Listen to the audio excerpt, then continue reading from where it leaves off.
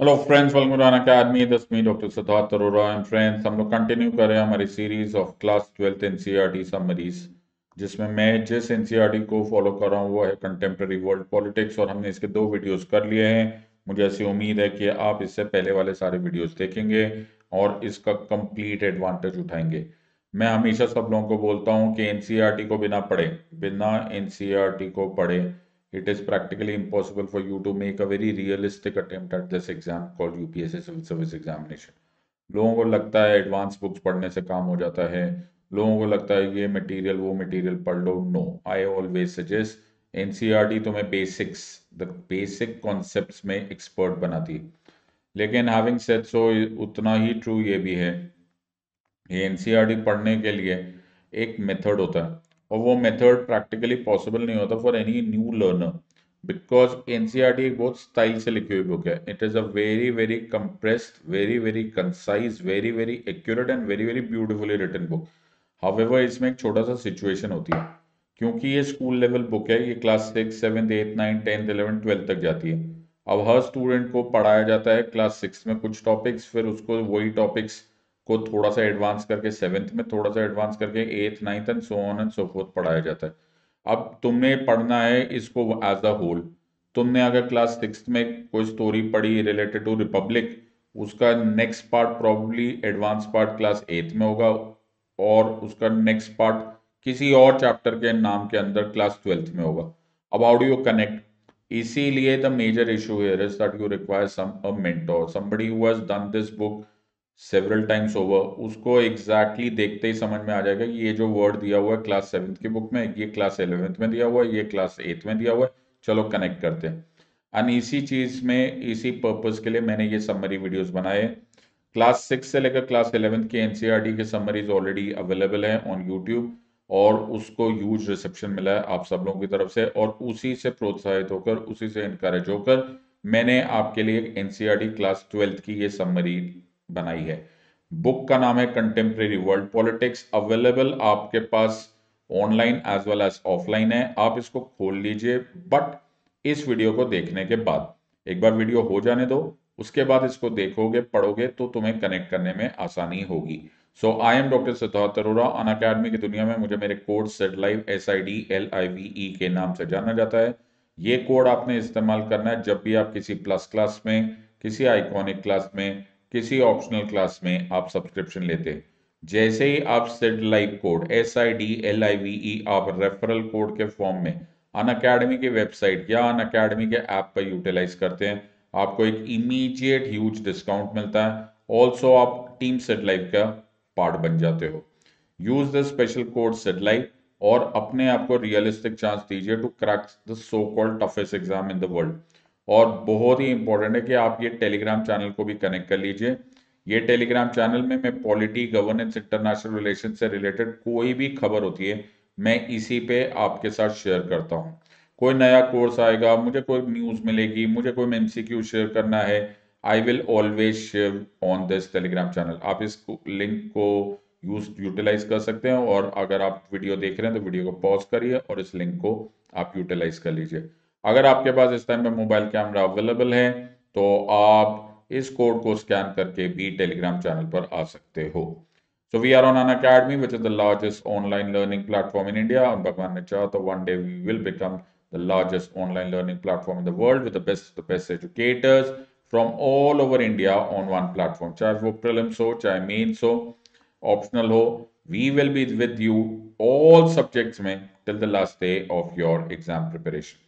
सो एक बहुत ही important announcement है। आरंभ एंड एक्सपेडिशन नाम के 2 बैचेस हमने लॉन्च किए हैं आप लोगों के लिए। 24 नवंबर से ये शुरुआत हो जाएंगे।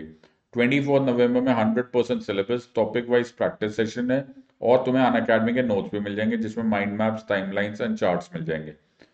तुम लोग बहुत ही बड़ी गलती करोगे अगर तुमने इस स्टेज पर अपनी प्रिपरेशन शुरू नहीं की, बिकॉज इतना टाइम मिल जाएगा तुमको, तुम्हारी एक बहुत स्ट्रॉन्ग, जैसे मैं बोलता हूँ 24 कैरेट रॉक सॉलिड प्रिपरेशन हो जाएगी। आप इसको सब्सक्राइब कीजिए, और जहां पर रेफरल कोड है वहां पर यूज कीजिए वर्ड सेड लाइव SIDLIVE, और तुम्हें एक इमीडिएट ह्यूज डिस्काउंट मिल जाएगा। चाहे वो एक्सपेडिशन बैच है which is an English only English medium, या फिर आरएम बैच जो कि बाइलिंगुअल बैच है, यानी कि Hindi as well as English में आपको पढ़ाया जाएगा। Whichever is your preferred choice, आप उसमें ऑप्ट कर लीजिए। और 24 नवंबर को ये स्टार्ट हो रहा है। अर्ली बर्ड ऑफर मिल रहा है 18 मंथ प्लस जीएस कोर्स केवल 49,000 रुपीज में मिल रहा है, पहले 67,000 में मिल रहा था। 18 मंथ आइकॉनिक कोर्स जो पहले 94,000 का था अब 55,000 का मिल रहा है।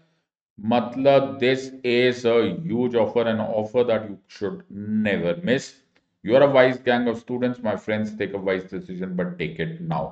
और अगर आपको मनी की बहुत मेजर प्रॉब्लम है तो भी मत घबराइए, अन अकेडमी आपको 0% ईएमआई पर एक लोन ऑफर करेगा, जिससे कि आप पढ़ाई कर सकते हैं, अपने सपनों को हकीकत बना सकते हैं। Use the code SETLIVE and join us now. आज का वीडियो जो टॉपिक हम कर रहे हैं वो है कंटेम्प्रेरी वर्ल्ड पॉलिटिक्स।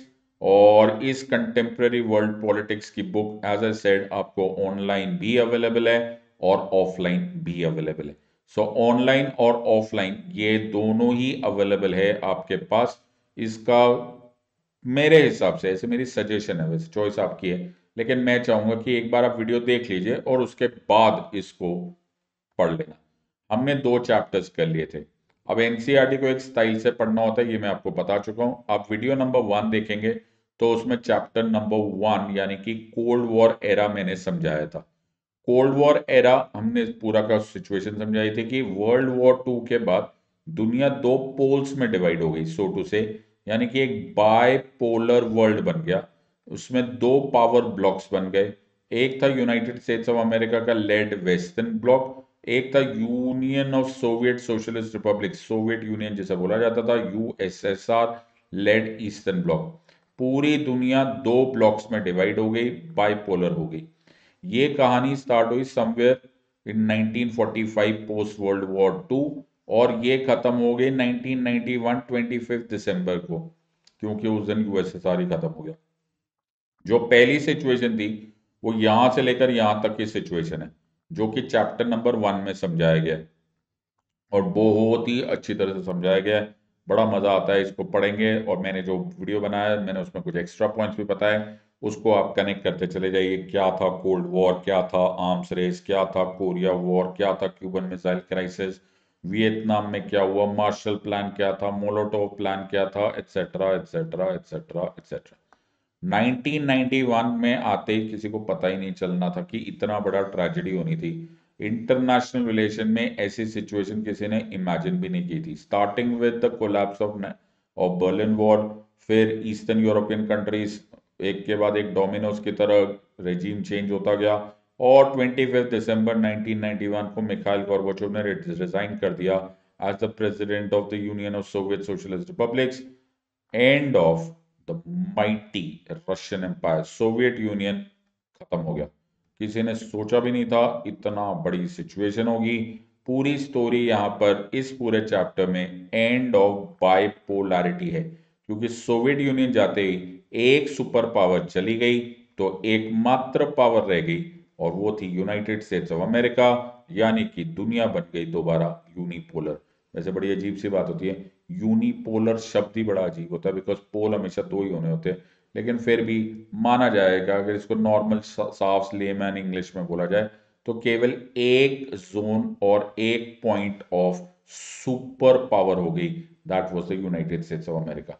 हम इसी को पढ़ रहे थे, और क्योंकि ये चैप्टर बहुत लंबा था और बहुत ही ब्यूटीफुली दिया हुआ है, बर्लिन वॉल क्यों कोलैप्स हुआ, सोवियत यूनियन के कोलैप्स का क्या रीजन था, ग्लासनोस्ट क्या था, पेरेस्ट्रोइका क्या था, मिखाइल गोर्बाचोव के ऊपर क्यों ऐसा इल्जाम लगाया जाता है that he led to the disintegration of the mighty USSR। क्या था ब्यूरोक्रेटाइजेशन, रेड टेपिज्म क्या था, इकोनॉमिक क्राइसिस क्या था, आर्म्स रेस की क्या वजह थी, अफगानिस्तान वॉर ने इस रोल में, इस पूरे सिचुएशन में क्या रोल अदा किया, and so on and so fourth. जो इस चैप्टर का पार्ट है इसका भी मैंने वीडियो बनाया हुआ है, इसको देख लीजिए। स्टोरी कनेक्ट होती चली जाएगी। और ये चैप्टर थोड़ा सा लंबा था, तो मैंने अबाउट हाफ द चैप्टर या 3/4 ऑफ द चैप्टर खत्म कर दिया था, 1/4 ऑफ द चैप्टर बाकी रह गया। अब मैं इस 1/4 ऑफ द चैप्टर को, अभी तुम्हें समझ में आ रहा होगा और तुम्हारे मुंह से निकल तो रही होगा कि यही वजह होती है कि हमें समझ में नहीं आता where to stop and where to connect and so on so forth. 1/4 of ये चैप्टर मान के चलो, या 1/3 ऑफ दिस चैप्टर अब कनेक्ट होगा to the next chapter also. तो मैं जो नेक्स्ट चैप्टर है उसको इसी के साथ कनेक्ट कर दूंगा। So this is how we will learn. और मेरा तो प्लान सिर्फ यही है ना, हमें कोर्स थोड़ा खत्म करना है। सबसे पहले मैं हमेशा बोलता हूँ we should be very thankful कि एक ऐसी किताब है एनसीईआरटी, तो उसका भरपूर फायदा उठाते। तो मैं एग्जैक्टली यहां तक छोड़ के चला गया था इन द प्रीवियस वीडियो। अब इसको समझने की कोशिश करते हैं विद रिलेशनशिप टू, कि हमने समझ लिया था कि रीजन क्या था। पहले हमने पढ़ लिया डिसइंटीग्रेशन ऑफ सोवियत यूनियन, ये तो हमें पता चल गया जी, पता चल गया सर डिसइंटीग्रेशन ऑफ यूएसएसआर क्यों हुआ था, ये हमको समझ में आ गया।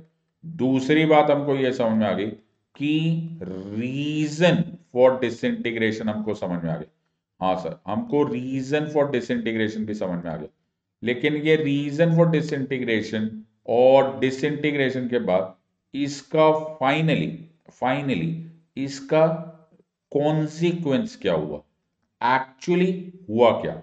सबसे पहला जो चीज हुई, जो कि बड़ी लॉजिकल सी भी बात है और वो बड़ी ही सिंपल सी बात भी है, वो ये बात है कि सबसे इंपॉर्टेंट सीन हुआ, कोल्ड वॉर खत्म हो गया। ऑब्वियसली कैसी बातें कर रहे हो, कोल्ड वॉर के लिए दो सुपर पावर्स की जरूरत थी। एक सुपर पावर ईस्टर्न ब्लॉक था, एक सुपर पावर वेस्टर्न ब्लॉक था। अब जब रहा ही नहीं एक, तो कोल्ड वॉर किस बात का, वॉर के लिए तो दो लोग चाहिए ना। तो द फर्स्ट वन वॉज कि ये one upmanship, arms race, cold war, ये सब तो दो, it takes two to tango.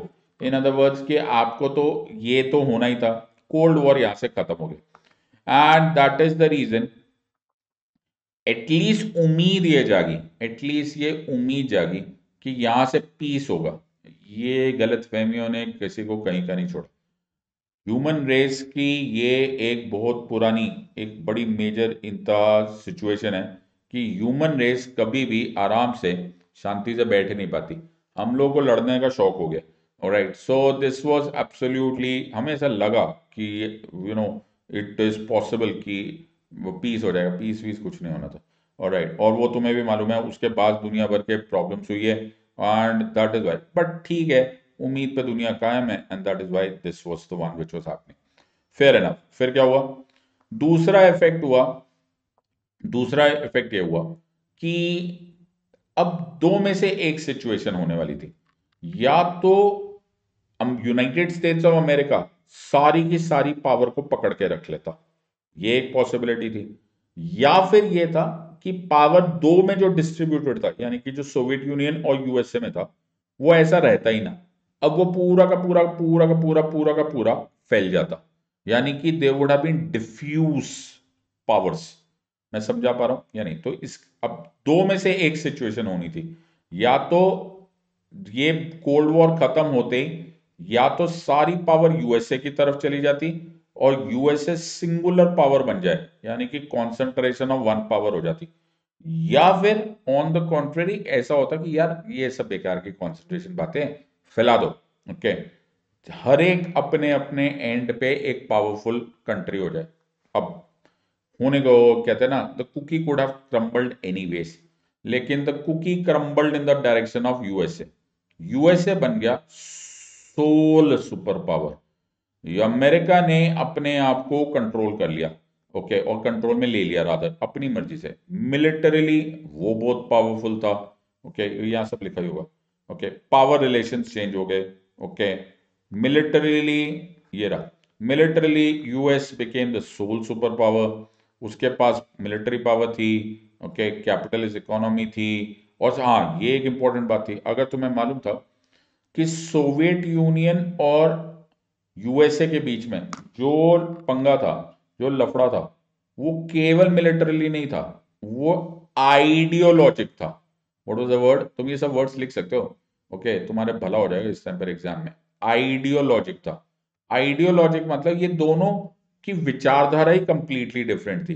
USA lead block जो था, जो यूएसए लेड ब्लॉक था, वो कैपिटलिज्म, लिबरलिज्म के फेवर में था। रशियन लेड या यूएसएसआर लेड ये सोशलिज्म और कम्युनिज्म वाला था।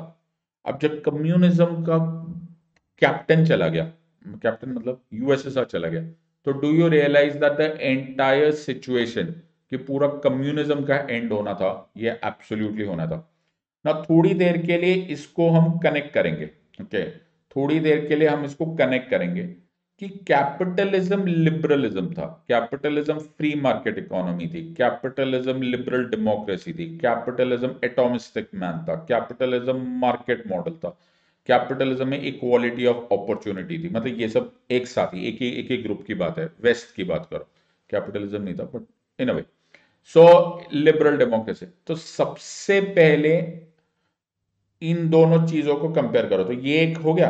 अब रशियंस को देखो, रशियंस में कम्युनिज्म था, सोशलिज्म था, इक्वालिटी ऑफ आउटकम्स था, स्टेट सेंट्रिज्म था, control of all the resources of the state in the hands of the government था, वो डिस्ट्रीब्यूट करते थे, बड़ी सारी वेलफेयर स्कीम्स का and so on and so forth. एक आदत बन जाती। एक ही कंट्री ऐसे थोड़ा ना था कि 2 दिन में टूट गई थी, अरसा हो गया था। ओके, 1945 से लेकर 1991, 46 ईयर, 2-3 जनरेशन ने कंटिन्यूसली सिर्फ एक स्टेट मेथोडोलॉजी में फंक्शन किया था कि यार इस तरह से राशनिंग होती है, इस तरह से पॉलिट ब्यूरो चलता है, इस तरह से रेड टेपिज्म होता है। और उस वजह से जब ये हटा, जब ये कम्युनिज्म हटा, तो बोलते हैं ना, जो भी चीज हटती है, जिसकी तुम्हें आदत होती है, वो जब हट जाती है तो अचानक शॉक लगता है। It was a major shock. Okay, कभी जिस कंट्री ने सोचा ही नहीं कि यार, can you believe, basic natural normal civic जो चीजें हैं, चाहे वो ट्रांसपोर्ट था, चाहे फूड था, वो जो हमेशा कंटिन्यूसली कंटिन्यूसली वो स्टेट कंट्रोल में था, गवर्नमेंट कंट्रोल में था, अचानक वो प्राइवेट ओनरशिप में आ गया, अचानक प्राइवेटाइजेशन हो गया। You are understanding? So the entire situation was कि ये एक बड़े मेजर शॉक में आने वाला था। शॉक में इसलिए आने वाला था बिकॉज अमेरिकन ने, देखो प्लीज इसको इसको मोरालिटी पे मत देखो, ओके, इसको मोरालिटी का मतलब मत देखो। अमेरिका कंट्रोल ही ऐसे करता है। किसी भी कंट्री को अपना वर्चस्व बनाना होता है तो उसको मिलिटरीली, ओके, उसको टेक्निकली, उसको कल्चरली, जो मैं थोड़ी देर के बाद पढ़ाऊंगा, और इकोनॉमिकली कंट्रोल बनाना पड़ता है। और अमेरिका का इकोनॉमिक कंट्रोल होता है through international monetary fund, world bank etcetera. तो सारी कंट्रीज को बोला गया कि यार देखो, जो रशिया है वो सक्सेसर स्टेट है, और ऐसी 15 और छोटी छोटी छोटी छोटी कंट्रीज है। इन सारी कंट्रीज को आईएमएफ और वर्ल्ड बैंक ने बोला, देखो जिंदा रहना है, पैसा चाहिए होगा, पैसा चाहिए तो तुमको ट्रांजिशन करना पड़ेगा, ट्रांजिशन करना पड़ेगा from an authoritarian communist socialist regime to a capitalist free market economy. बहुत अजीब सा लगता है। तुम थोड़ी देर के लिए सोचो, तुम्हारा पूरा का पूरा सोचना समझना, तुम्हारा सिस्टम, तुम्हारी गवर्नमेंट, तुम्हें मालूम ही नहीं कि ऐसी दुनिया कैसे होती है। सो पहले एग्रीकल्चर होता था तो स्टेट कंट्रोल होता था, बोला ना ना ये नहीं चलेगा, इसको हटाओ, प्राइवेट ओनरशिप करेंगे। And the context here is this, context here is कि इसको कोई मिक्सचर भी नहीं अलाउ किया गया। उसको बोला गया कि तुम लेफ्ट साइड पे खड़े हो, तुम एग्जैक्टली राइट साइड पे आ जाओ। ओके, ऐसा भी नहीं था कि समवेयर इन द मिडल। तो ये शॉक थेरेपी था। इट वाज नॉट कि यार धीरे धीरे धीरे होले होले समझ जाओगे। And that was a very very very dangerous situation. So इसमें मेजर सिचुएशन हो गई, राइट? ज्यादा ट्रेड करने को बोला गया, बोला एक्सपोर्ट करो, लिबरल इकोनॉमी, मार्केट खोल दो, फॉरेन डायरेक्ट इन्वेस्टमेंट ओपन कर दो, and so on and so fourth. जितने पुराने अलायंसेस चल रहे थे सोवियत यूनियन के, उनको बोला कि ये सारे के छोड़ो, अब जैसा हम बोलेंगे वैसा करना है। नाउ डू यू रियलाइज कि ये बड़ा ही मैसिव सिचुएशन है। जो कंट्री, जो इंडस्ट्री गवर्नमेंट के मेथोडोलॉजी से चल रही थी, जो स्टेट कंट्रोल चल रही थी, उनको समझ में ही नहीं आया कि हम करेंगे क्या। स्टेट तो था नहीं, सरकार तो थी नहीं, तो वो चलाएंगे कैसे?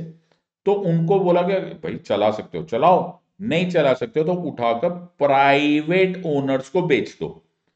जब एक बड़ी से फैक्ट्री, इमेजिन हमारे देश में सपोज एक स्टेट ओन्ड है, और ये हमें मजबूरी हो गई कि ABC नाम की एक कंपनी को भाई बेचना ही पड़ेगा, और फ्री और प्राइवेट ओनर्स और प्राइवेट लोगों को उनको बुलाकर ये देना पड़ेगा। तुम्हें नहीं लगता कि सामने वाला इसका फायदा उठाएगा? बिल्कुल उठाएगा। वो अपने मन मर्जी के दामों पर उस पूरे के पूरे इंडस्ट्री को खरीदेगा, वो अपने मन मर्जी के तरीके से उसकी कीमत लगाएगा। It is as simple as that. और यही हुआ। It was called as the largest garage sale in history. What is a garage sale? Garage sale हम एक इंग्लिश या वेस्टर्न कॉन्सेप्ट होता है कि जहां पर पहले, जैसे जो अमेरिकन होते हैं जहाँ की वहाँ का कल्चर है, तो वहां पर कबाड़ी, जैसे हम लोग बोलते हैं कबाड़ में बेच दिया, वैसे ही वहां पर जो घर होते हैं उसमें से जो सामान निकल जाता है उसको उठा के तुम ऐसे बाहर नहीं फेंक सकते, उसको लोग बेच देते हैं, उसे बाहर लगा देते हैं। ओके, ये फ्रिज पुराना है जी, उसके आगे ऐसे नाम लगा देते, अपने गैराज के सामने खड़ा कर देते कि $500 का खरीदो, $500 का तो क्या होगा, चल $500 की चीज है तो उसको मैं $50 में बेच रहा हूँ। तो लोग आते जाते से ड्राइव करते टाइम देख लेते हैं, ओहो अच्छा गराज से लगी है, और बोलते हैं ये $50 लो, तेरा फ्रिज उठा के ले जाओ। ये प्रैक्टिकली जैसे हम लोग कबाड़ में बेचते हैं वैसे ही सिचुएशन है। ओनली थिंग इज कि ये ओपन टू द वर्ल्ड हो जाता है, and that is the situation of what have happened. तो एक एक एक तरीका समझेंगे, एक तरीका ये समझेंगे कि मतलब if you don't take it wrong, ये केवल एक मिलिट्री, केवल एक इकोनॉमिक, केवल एक पॉलिटिकल झटका नहीं था, ये स्वाभिमान का भी झटका था। जो उनकी रशियन करेंसी थी वो बिल्कुल कचरे के दाम हो गई, रेट ऑफ इन्फ्लेशन बढ़ गया, ओके, ब्लैक मार्केट बढ़ गई, जीडीपी इतनी बुरी हाल में हो गई कि the entire structure collapse right in front of them. और जब ऐसा होता है तो जो सोशलिज्म का बेसिक था, जो कम्युनिस्ट कंट्रीज का बेसिक मेथड था, वो था social welfare, government related schemes, वो सब खत्म हो गया। तुम्हें मालूम है जो ये 5 ईयर प्लान्स इंडिया में होते थे, okay, ये जो 5 ईयर प्लान्स इंडिया में होते थे, पंचवर्षीय कार्यक्रम जो होते थे, ये हम लोगों ने यूएसएसआर से देखा था, ये यूएसएसआर से देखा था, राइट। ये रशियन या फिर कम्युनिस्ट मेथड था। अब तुम सोचो हमारे सारे स्कीम्स जैसे 5 ईयर प्लान्स वगैरह से जो गरीब लोग होते हैं, जो डिसएडवांटेज लोग होते हैं, उनको कितना फायदा होता था। अब इमेजिन जहां से ये आ रहा है, जिन कंट्री से आ रहा है, वहां पर ये काम ही खत्म हो गया। तो इसको बोला जाता है शॉक थेरेपी। वैसे मुझे इस सवाल इस पूरे वर्ड से ही थोड़ा सा एतराज ही है कि काय की शॉक थेरेपी, ये केवल शॉक था, थेरेपी वेरेपी नहीं थी। थेरेपी तो इलाज होता है ना, ओके, इलाज नहीं किया गया, ओके, देयर वाज नो इलाज, it was merely a shock. In countries को प्रैक्टिकली हाथ में रोड़ के बिठा दिया गया। ये तो दया है, ये तो बच गए। क्यों? क्योंकि इन कंट्रीज के पास नेचुरली रिसोर्सेज बहुत ज्यादा है, ऑयल एंड गैस, जो कोल, ये जो मिनरल्स है, आयरन, ये सब कुछ बहुत है।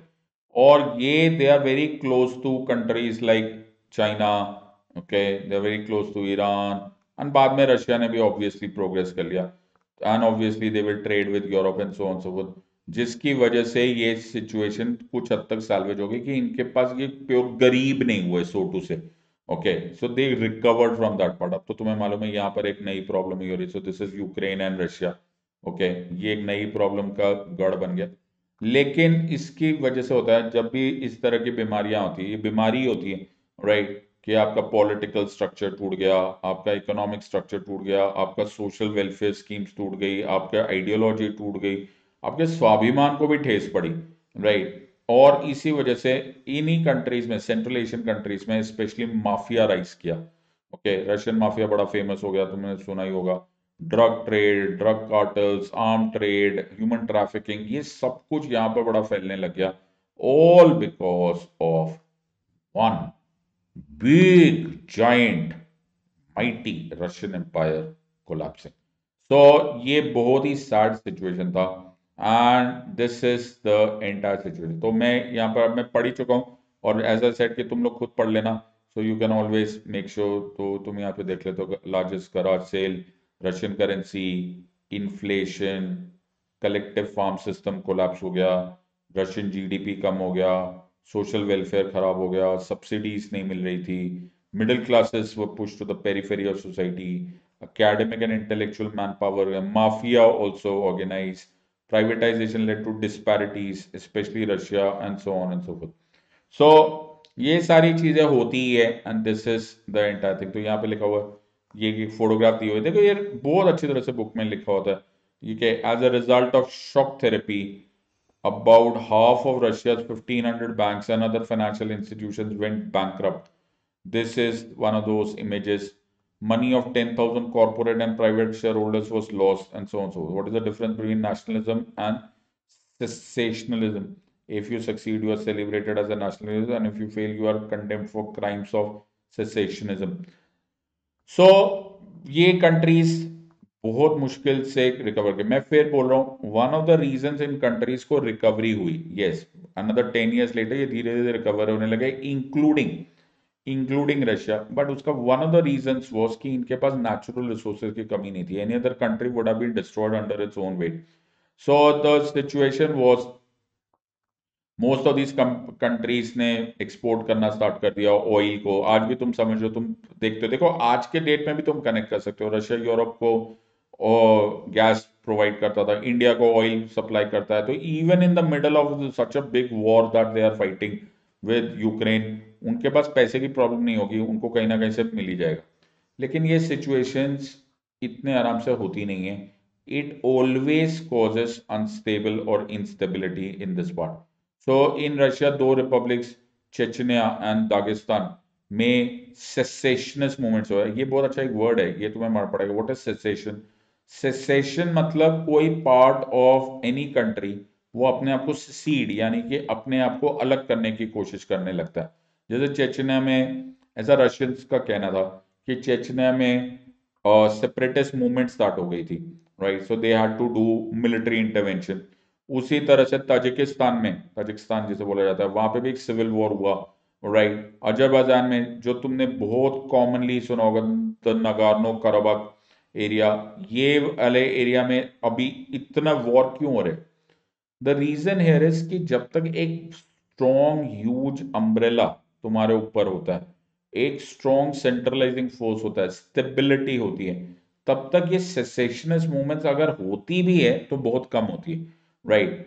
लेकिन ये सिचुएशन इतने आराम से सेटल नहीं होती अगर सेसेशनिस्ट मूवमेंट को रोकने वाला या दबाने वाला, दबाना is not a good word, control करो, क्योंकि उनको ऐसा लगने लगता है छोटे छोटे पावर्स को कि यार हम ना अपनी लाइफ बेटर जी लेंगे, and that is the entire situation on this part. सारे ईस्टर्न यूरोपियन कंट्रीज, सारे, इसमें सारे एग्जाम्पल भी दिया होगा, युगोस्लाविया, चेकोस्लोवाकिया, बाद में यूक्रेन का, ये या फिर कोई भी कंट्रीज, ये सारी कंट्रीज में problem, Slovenia, Croatia, sir Bosnia, ये जितने, सर्बिया, ये जितने तुम सुन रहे होंगे, ये सब कहीं ना कहीं उस 1991 के बिग डिजास्टर का डायरेक्टली या इनडायरेक्ट रिश्ता है। अब आते हैं इंडिया में। इंडिया की प्रॉब्लम भी बताओ सर, इंडिया बड़ी मेजर प्रॉब्लम है अभी। अब इंडिया की सिचुएशन समझने की कोशिश करो। इंडिया के लिए यूएसएसआर एक बड़े ब्रदर से कम नहीं था। इंडिया के लिए यूएसएसआर एक ह्यूज ह्यूज सपोर्ट था। 1955 में, if I am not wrong, हो सकता है एक आध साल इधर उधर, जवाहरलाल नेहरू साहब हमारे first prime minister USSR travel कर रहे थे ऑन अ स्टेट विजिट, और उनका बड़ा गर्मजोशी से उनका स्वागत हुआ। उसी की वजह से बाद में निकिता क्रुश्चेव एक रिटर्न विजिट के लिए इंडिया भी आए, और वहां से स्टार्ट हो गया इंडिया और यूएसएसआर का एक फ्रेंडली रिलेशनशिप। यूएसएसआर ने एक बड़ा ही जबरदस्त, जैसे बोलते हैं ना, full fledged full fledged support किया, चाहे वो डिप्लोमेटिक था, चाहे वो मिलिट्री था, चाहे वो इकोनॉमिक था, चाहे वो टेक्निकल था, हमको हर तरह से सपोर्ट किया। मैं तुम्हें थोड़े एग्जांपल्स देता हूँ। नंबर वन, हमें जो सबसे मेजर प्रॉब्लम आ रही थी, जो अमेरिकन हमारे लिए क्रिएट कर रहे थे प्रॉब्लम, अमेरिकन ने very early, soon after our independence, Kashmir issue पे पाकिस्तान का साथ देना स्टार्ट कर दिया था, और बीच बीच में वो मीडिएशन का यानी कि मध्यस्थता का भी ऑफर देते थे, जो कि हमें मालूम था एक शैम था, एक झूठ था। क्यों? क्योंकि वो एक हाथ पे तो बोलते थे हम मध्यस्थता करेंगे, हम तुम्हारे बीच में और पाकिस्तान के बीच में मैटर को पीसफुली सेटल करना चाहते हैं। ऑन द अदर हैंड वो उनको आर्म्स एंड वेपन सप्लाई करते थे। तो इंडियंस को बहुत पहले समझ में आ गया था कि ये लोग हमारे दोस्त तो है नहीं। उसी तरह से अगर तुम देखो तो यूएस और यूके, फ्रांस, ये लोग तो एक ही ग्रुप ही एक ही था। सो ये सिचुएशन में इंडिया अकेला पड़ता जा रहा था। लेकिन जब यूएसएसआर ने इंडिया को, union of Soviet socialist Republic, Soviet union ने इंडिया को साथ दिया, डे वन उन्होंने हमारे कश्मीर इशू में हमारा ही साथ दे दिया। उन्होंने बोला कि यार तुम इस बारे में कुछ नहीं, जो तुम बोलो वो बिल्कुल ठीक है, कश्मीर हमारे देश का अखंड भाग है, it is an integral part of India. ये रशियन फॉरेन पॉलिसी में उन्होंने हमेशा हमेशा मेंटेन किया। 1961 में 1961 में गोवा को लिबरेट करने के लिए हमारी गवर्नमेंट ने एक मिलिट्री पुलिस एक्शन किया। उस पुलिस एक्शन में जो गोवा को आजाद कराया गया, उसमें जो कंट्री ने गोवा को ऑक्युपाई करके रखा हुआ था वो था पोर्तुगल। पोर्तुगल जो था वो नेटो का मेंबर था, और NATO North Atlantic Treaty Organization है, जो हम लोग एक दो वीडियोस पहले देख चुके। नेटो मिलिट्री अलायंस था जो 1949 में बन चुका था। नेटो का एक फॉर्मूला है, नेटो अग्रीमेंट के अनुसार आर्टिकल 5 में अगर तुम एक नेटो मेंबर पर अटैक करते हो तो ये माना जाएगा कि आपने पूरे नेटो पर अटैक कर दिया, यानी कि वन फॉर ऑल होगा, ऑल फॉर वन होगा। एंड दैट इज वाई जब पोर्टुगल पे अटैक हुआ तो अमेरिकन को लगा ओहो, मौके का फायदा उठाना चाहिए। उन्होंने हमको धमकी दे दी by moving a resolution under United Nation security council कि वो एक मिलिट्री इंटरवेंशन करेंगे with India. United Nation security council में रेजोल्यूशन मूव किया गया by USA to take military action against India. भाई चिंता की जरूरत ही नहीं, साडा दोस्त यूएसएसआर, यूएसएसआर ने वीटो कर दिया। ओके, एंड एक बहुत मेजर जो डिप्लोमेटिक एंड मिलिट्री ब्लैकमेल था वो अमेरिका का रह गया। तो इनफैक्ट न्यूयॉर्क टाइम्स में ये हेडलाइन आती थी, हेडलाइन आई थी, India hides behind Russia's veto. Never mind, बोलने से क्या जाता है। रशियंस ने हमारी बड़ी सारी और मदद की उस टाइम पर, जब हमारे पास इतने वेपन्स भी नहीं थे, तो हमें state of the art weapons provide किए गए, जिसमें इंक्लूडिंग था उस टाइम पर मिग 21 उस टाइम का लीडिंग एज फाइटर एयरक्राफ्ट था जो उन्होंने हमको सप्लाई किया। मजेदार बात यह थी, इंडिया के पैसे की प्रॉब्लम होती थी तो एक रूपी रूबल अरेंजमेंट हुआ करती थी। रूपी रूबल अरेंजमेंट के अनुसार, रूपी रूबल अरेंजमेंट के साथ हमको फॉरेन करेंसी में नहीं दिया जाता था, हमें नॉन कन्वर्टेबल फॉरेन करेंसी का हम अपनी करेंसी में उनको पे कर सकते थे। इनफैक्ट मेनी अ टाइम्स हमको उनको रूबल में भी नहीं देना पड़ता था, हद्दी हो रही। हम उसमें से बहुत टाइम तो सिर्फ अपने locally produce things like jute के चीजें, लेदर चीजें, ये सारी चीजें हम सप्लाई कर देते थे और वो उसको भी मांग लेते थे। टेक्नोलॉजिकली आईआईटी बॉम्बे के, जो कि यूनेस्को ने हमें मदद की थी, बट उसमें मेजर कंट्रीब्यूशन रशियंस की थी। पूरा का पूरा टेक्निकल सपोर्ट उनका था, स्पेस का उनका था। तुम्हें मालूम है न्यूक्लियर मूवमेंट, न्यूक्लियर डेवलपमेंट में जो 1970s में हम लोगों ने एक के बाद एक जो इम्प्रूवमेंट किया था वो कहाँ से आए थे, वो ऑब्वियसली रशियन सपोर्ट था हमको। हमारे साइंटिस्ट को ट्रेनिंग होती थी, सोयूज T-11 में जो first man in space coordinator Rakesh Sharma, again Russians. तो we were getting one after another support, and let's not forget the biggest place. 1971 में, अगस्त ऑफ 1971 में मैडम इंदिरा गांधी की गवर्नमेंट ने रशियंस के साथ एक एग्रीमेंट साइन किया जिसे treaty of friendship peace and cooperation, peace friendship and cooperation बोला जाता है, जो कि एक स्ट्रैटेजिक एग्रीमेंट था। स्ट्रैटेजिक एग्रीमेंट मतलब आप मेरे साथ अब हर मुश्किल में, चाहे किसी भी तरह का मिलिट्री या कोई भी इस तरह का स्टेप होगा, आप मेरी पूरी तरह से मदद करेंगे। रशियंस ने हमारे साथ उसमें एक सीक्रेट क्लॉज भी साइन किया, जिस सीक्रेट क्लॉज के अनुसार अगर हमारे ऊपर मिलिट्री मूवमेंट हो गया तो रशियंस हमको वैसे ही सपोर्ट करेंगे, और वाइस वर्सा हमें वैसे ही सपोर्ट करेंगे कि हम दोनों पे अटैक हो गया, जैसे नेटो का था। कलेक्टिव डिफेंस बोलते हैं इसको। इस कलेक्टिव डिफेंस के अंतर्गत ही जब हम लोग के बीच में, इंडिया और पाकिस्तान के बीच में बांग्लादेश वाला वॉर हुआ था और आईएनएस विक्रांत ने बे ऑफ बंगाल में ब्लॉकेड किया था, नेवल ब्लॉकेड किया था, उस नेवल ब्लॉकेड को तोड़ने के लिए प्रेसिडेंट निक्सन ऑफ अमेरिका ने, यूएसए ने एक अपनी 7th पैसिफिक फ्लीट हमारे खिलाफ रवाना कर दी थी। बहुत ही खतरनाक मूवमेंट था। 7th पैसिफिक फ्लीट में जो शिप्स थी वो हमारे मुकाबले बहुत ज्यादा स्ट्रांग थी। अगर वो शिप्स पहुंच जाती, और ऐसा ही यूके यानी कि इंग्लैंड ने भी स्टार्ट किया था, अगर वो पहुंच जाती बे ऑफ बंगाल और वो आईएनएस विक्रांत को एंगेज कर लेती, तो हमारे लिए हो जाती प्रॉब्लम। और पाकिस्तान का नेवल ब्लॉकेड, या पाकिस्तान, ईस्ट पाकिस्तान जो था, उसका नेवल ब्लॉकेड टूट जाता, और शायद हम 1971 वॉर उतने कन्विंसिंगली, पता नहीं जीत भी पाते कि ड्रॉ हो जाता या सीज फायर हो जाता, we couldn't have known anything. लेकिन इस क्लॉज के अंतर्गत जैसे ही हमें पता चला कि 7th पैसिफिक फ्लीट मूव हुई है, रशियंस ने हमें उतना सहारा दिया कि ऑपरेशनल बैटल्स ग्रुप व्लादिवोस्तोक, जिसे बोला जाता है ओबीजी व्लादिवोस्तोक, जिसमें न्यूक्लियर सबमरीन थी, उनको रवाना कर दिया गया। ये सब चीजें जो मैं बता रहा हूँ, ये सब चीजें अब पब्लिक डोमेन में अवेलेबल है।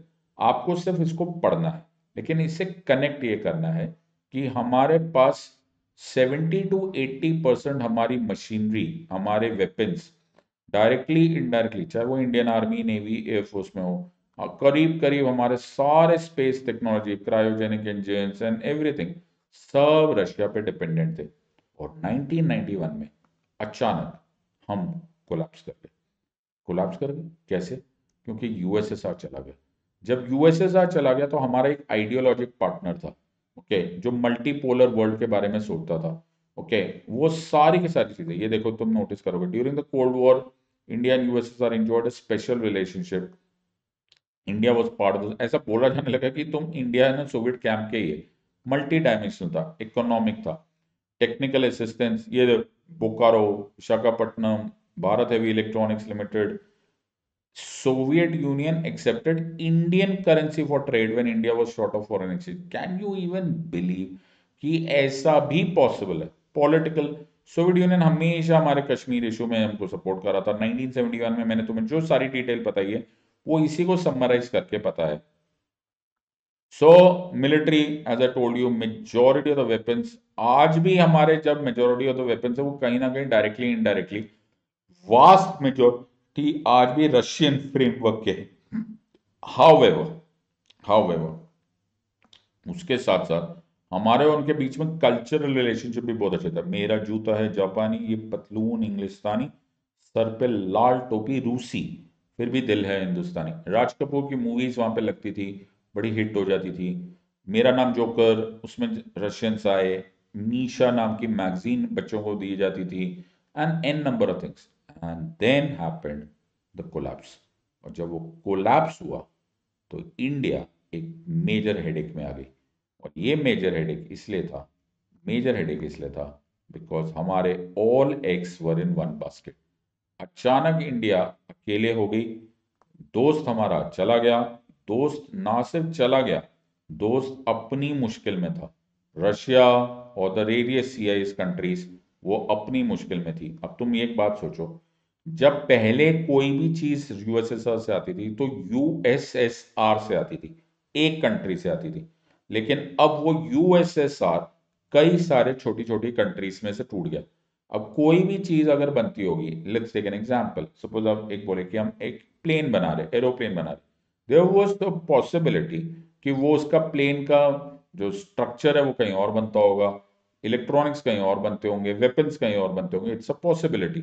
इसका मतलब है अब मेरी कंट्री को, इंडिया को, एक कंट्री, एक यूएसएसआर से नहीं एक्नॉलेज करना। अब हमको डील करना पड़ेगा 15 में से, कोई दो हो सकता है, कोई तीन हो सकता है, किसके पास कौन सा पार्ट है, सबसे डील करना पड़ेगा। And also there was a possibility कि इनका एक दूसरे के साथ रिलेशनशिप कैसा है। This was a very dangerous time which will lead us to the next regime और the next part of our discussion, जब हम पढ़ेंगे हेजेमनी, जब हम पढ़ेंगे यूएसए का role in this entire situation.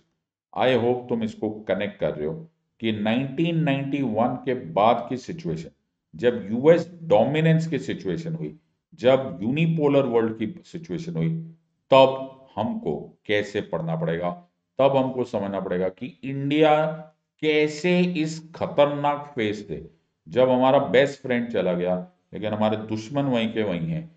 हमारा वो डेंजरस टाइम्स में कैसे इंडिया ने सरवाइव किया, how did we protect our self, what change, जो आज हमको इस सिचुएशन में ले आया है कि we are one amongst the strongest countries in the world. तो पढ़ना पड़ेगा, फॉरेन पॉलिसी समझनी पड़ेगी और देखना पड़ेगा कि what are things that have changed and कैसे इस मुश्किल वाली घड़ी से हम निकल के आए। सो आई होप तुम्हें अब मजा आ रहा है and you are able to connect. Either ways मैं एक और बार तुम्हें रिमाइंडर देना चाहता हूँ, आरंभ एंड एक्सपेडिशन नाम के 2 कोर्सेज हमने लॉन्च किए। टारगेट है यूपीएससी सीएससी 2024, बाइलिंगुअल है आरंभ, एक्सपेडिशन है इंग्लिश। 24 नवंबर से स्टार्ट है। अर्ली बर्ड ऑफर है 18 मंथ प्लस जीएस 49,000 रुपीज का, 18 मंथ आइकॉनिक्स जीएस 55,000 रुपीज का। मुझे नहीं लगता इतना रीजनेबल किसी ऑर्गेनाइजेशन ने कभी किसी को ऑफर दिया है। Use the code SEDLIVE SIDLIVE, SEDLIVE मेरा रेफरल कोड यूज करो and join now. You're a wise gang of students, take a wise decision now. In the words of an academy, let's crack it. Until next time, God bless, thank you, and Jai Hind.